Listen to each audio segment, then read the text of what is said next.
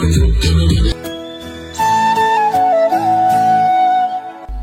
আজকে আবারও বক্স নিয়ে যাচ্ছি একটা হিন্দু বিয়ে বাড়ি। তো সেখানে সেটআপ নিয়ে যাইতেছি অনেক দূরে, তো অনেক রাস্তা ঘুরতে হবে আজকে আমাদেরকে। তাই এখন বিকেল বাজে 4টা, আমরা হাতে 2 ঘন্টা সময় নিছি। মানে আমরা দিন সকালে বক্সটা যাব এবং কি সেটআপ করবো। তো যেহেতু সময়ের অনেক ডিফারেন্স আর এখন অনেক তাড়াতাড়ি বেলাটা মানে শেষ হয়ে যায়, তো সেই জন্য 2 ঘন্টা সময় আমরা হাতে নিচ্ছি। এবং এটা নিচ্ছি তার কারণ হচ্ছে আমরা জানি ভালোভাবে যাইতে পারি। যদি ভ্যান নিয়ে যাইতেছি, আবার এই রাস্তাটা ট্রেন লাইন আছে, তো ট্রেন লাইনের কারণে বা রাস্তাটার একটু সাইজ খারাপ, আমাদেরকে প্রথমে মেন রোডে উঠতে হবে, তারপরে মেন রোড থেকে নিচে নামতে হবে এবং কি যে জায়গায় বক্সটা যাবে জায়গাটা একটু বেছাইজ। তো টোটাল মিলিয়ে ঝিলে একটু কষ্ট করতে হবে, সেজন্য আমরা 2 ঘন্টা হাতে সময় নিচ্ছি। 2 ঘন্টার মধ্যে আমরা সেখানে পৌঁছাবো এবং কি মূল সেটআপটা দিব। তো আপনাদেরকে আমি যে সেটআপগুলো দিই এবং কি কোন জায়গায় বক্স নিয়ে যাই, কীভাবে লাইন করি এবং কি আমার বক্সের সাউন্ড কোয়ালিটি কেমন হয়, অবশ্যই আপনারা কমেন্টে জানাবেন। ঠিক আছে, এটা কমেন্টে জানানো কখনো ভুলবেন না।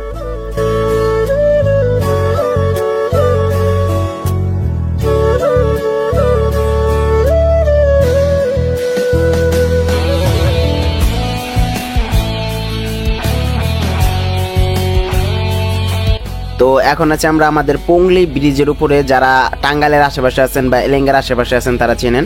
তো পংলি ব্রিজের উপর আসছি, তো আমাদের এই ব্রিজটা পাড়ি দিতে হবে। তো আমরা মেন রোড এবং কি ভালো রাস্তা এই দুইটা এখনই শেষ। এই মেন রোড থেকে যখন আমরা নামবো তখন থেকে আমাদের রাস্তাদের যে সাইজ টোটালি চেঞ্জ। আপনাদেরকে আমি দেখাইতেছি, ভিডিওটা না টেনে সম্পূর্ণ দেখতে থাকেন।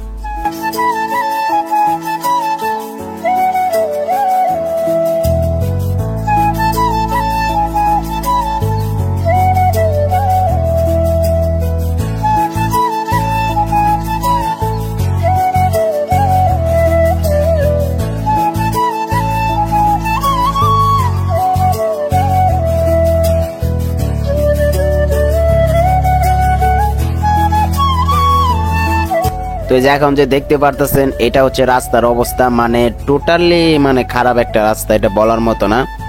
আমরা যে কি পরিমাণ হিমশিম খাইছি এই রাস্তায় বক্সটা নিতে যায়, আর রাস্তায় কি পরিমাণ বালু উঠতেছে, ধুলা বালু, মানে এভরিথিং সব কিছু মিক্স করে মানে প্রায় অনেক কষ্টের মধ্যেই গেছি। তো আমি তো ক্যামেরাম্যান আর আমি মিক্সার নিয়ে যাইতেছি, তো ওদের সাথে বক্সটা আমি মানে ধাক্কা দিতে পারি নাই। তবে এখানে হুজুররা ছিল, তো ওনারা দেখার পরে দেখি যে অনেকটা হেল্প করতেছে। আসলে এখন অনেক ভালো মানুষ আছে যারা অন্যের কাজে মানে হেল্প করতে অনেকটাই ভালোবাসে, যেটা এখানে না দেখলে বুঝতে পারতাম না। তো ওনারা 2 জনই ছিল, 2 জনই আমাদেরকে অনেকটা হেল্প করছে। তো আমার মিক্সারটা আমি কার কাছে দেবো এটা আমি মানে যে লোক পাইতেছিলাম না। আর রাস্তাটা টোটালি মানে যে অন্যরকম, যদি একটু ভালো হইতো অবশ্যই দেওয়া যাইতো। তো অনেক কষ্ট করে আমরা এইটুকু পারি হয়েছি। তো সামনে যে রাস্তা ওইটাও আমারই ভালো রাস্তা না, ওইটাও অনেকটাই খারাপ রাস্তা। আর ফাইনালি এখন চলে আসছি, দেখতেই পারতেছেন কেমন একটা রাস্তা দিয়ে আমরা ভ্যানটা নিয়ে আসছি। মানে তো আপনাদেরকে আর বলে বোঝাতে হবে না যে আসলো কেমন খারাপ রাস্তা। তো ওদেরকে ডাকলাম, ওরা পুরো আসলো। তো মূলত ওরা ডেকোরেশন আনবে না, ওদের বাড়িতেই নাকি কিছু ডেকোরেশনের কাজকর্মর কাপড় চোপড় ছিল, তো ওইগুলা দিয়ে ওরা মানে যে নিজেরাই টানাইতেছে। আর হিন্দু বিয়ে বাড়িতে আপনারা জানেন কিসের যেন একটা সানাই বাজনা টাজনার আলাদা একটা বাদ্যযন্ত্র বাজানোর একটা নিয়ে আসে, তো ওইটাও নিয়ে আসছিল। তো ওদেরকে আমি ভিডিও করছি, ওটা আমি ভিডিওর প্রথমে আপনাদেরকে দিচ্ছি।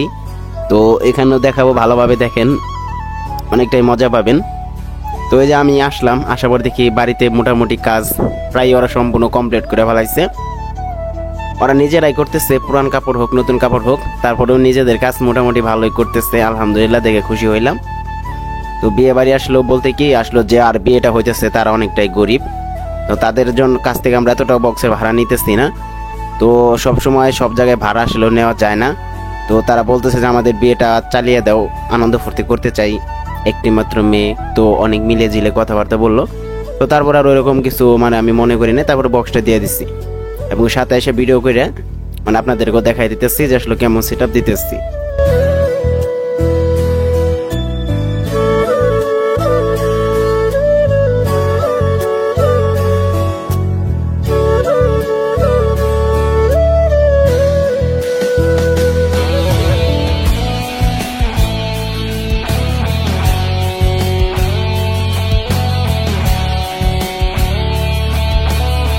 আর এখানে যে বক্সটা আনছি সেটা হচ্ছে আমার সুপরিচিত একটা বক্স।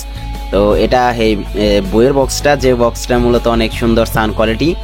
আর আমি এই বক্সটা সিজন শুরু হওয়ার আগে আমি বলছিলাম যে বক্সটাতে আমি একটু বেশি ভাড়া কাটবো ইদানিং, কারণ এটাতে ভোকালের সাউন্ড একটু বেশি আসতেছে। আপনারা যারা আমার চ্যানেলে রেগুলার ভিডিও দেখেন তারা অবশ্যই এই কথাটা জানেন। আমি কথাটা বলছিলাম একটা বাউল গানে। তো আলহামদুলিল্লাহ এখন পর্যন্ত মোটামুটি এটাতে ভাড়া কাটতেছি। তো যারা যারা আসলে স্পিকারের সাথে ম্যাচিং করে ক্রসওভার লাগাতে পারতেছেন না, তো তারা কমেন্ট করেন। তো এই বক্সটাতে ম্যাচিং করে ক্রসওভার লাগানো হয়েছে, যেটার কারণে দুর্দান্ত লেভেলের সাউন্ড কোয়ালিটি পাইতেছে, এটা বলার মতো না।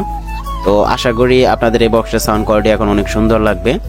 তো মূলত সেটআপ আমাদের কমপ্লিট, প্রায় দেখতে পারতেছেন তার তো টানাইতেছে। তো এগুলোর সাথে আমি এমপ্লিফায়ার বা মিক্সার কি আনছি এগুলো দেখাইতেছি। তো অনেকেই বলে যে ভাই স্ট্রেঞ্জার 2000 ওয়াটের এমপ্লিফায়ারে প্রেসার আসে কিরকম। তো আসলে স্ট্রেঞ্জার 2000 ওয়াটের এমপ্লিফায়ারে প্রেসার আপনি আহামরি পাবেন না, এটা সত্যি কথা। তবে আপনি লোকাল বাড়ার ক্ষেত্রে যতটুকু প্রেসার পাওয়া প্রয়োজন আপনাকে এমপ্লিফায়ারটা দিবে।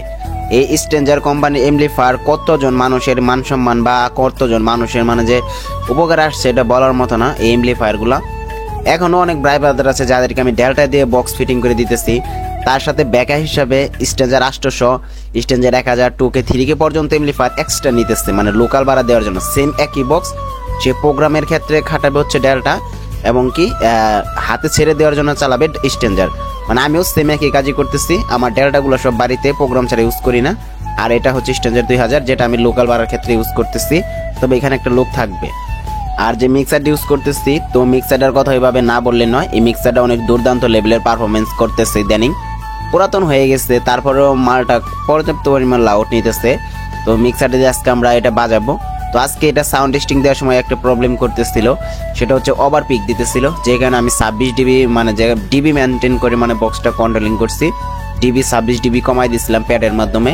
তো যারা যারা ডিবি মেনটেন করতে পারেন না, এটা আপনারা কমেন্ট করতে পারেন, তাহলে ডেডিকেটেডভাবে মিক্সার সম্পর্কে একটা ভালো করে ভিডিও আপলোড করে দিব। তো এখন আপনারা শুনতে পারবেন বিয়ে বাড়ির একটা বাদ্যযন্ত্রের একটা আওয়াজ, আর তারপরে শুনতে পারবেন আমাদের বক্সের সাউন্ড টেস্টিং। তো চলেন আমরা টেস্টিংগুলো দেখে আসি।